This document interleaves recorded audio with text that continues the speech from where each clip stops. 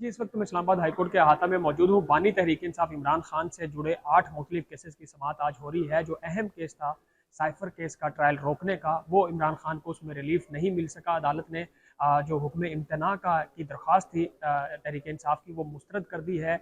इमरान खान की तरफ से और उनके वकला की तरफ से जो जेल ट्रायल था उसको चैलेंज किया गया था और उन्होंने कहा गया था कि 12 दिसंबर में जो इमरान खान का जेल ट्रायल का जो आर्डर था उसमें नोटिफिकेशन नहीं था और जज साहब ने वैसे ही समात शुरू कर दी थी, लिहाजा इसको कलअदम करार दिया जाए और जो फर्द जुर्म की कार्रवाई थी उसको भी जो है रोक दिया जाए, उसके ऊपर स्टे दिया जाए, उसको कलअदम करार दिया जाए। लेकिन अदालत ने तहरीक इंसाफ की इस दरखास्त को मुस्तरद कर दिया है और साथ में नोटिस जारी कर दिए हैं और साथ में कहा है कि कंप्लेंट की बजाय FIR दर्ज करके अदालती कार्रवाई शुरू क्यों की गई। अदालत ने इस मामले पर FIA को नोटिस जारी किए हैं। FIA के काम यहीं पे मौजूद थे, उन्होंने ये नोटिस रिसीव भी किए हैं। अभी इमरान खान की बहनें अलीमा खान और दीगर यहाँ पे मौजूद हैं। इमरान खान के दीगर केसेस जिसमें तहरीक इंसाफ को जलसे करने की इजाज़त है इस्लामाबाद में, और इसके अलावा जो वकला हैं वो इमरान खान से प्राइवेसी में मुलाकात करना चाहते हैं।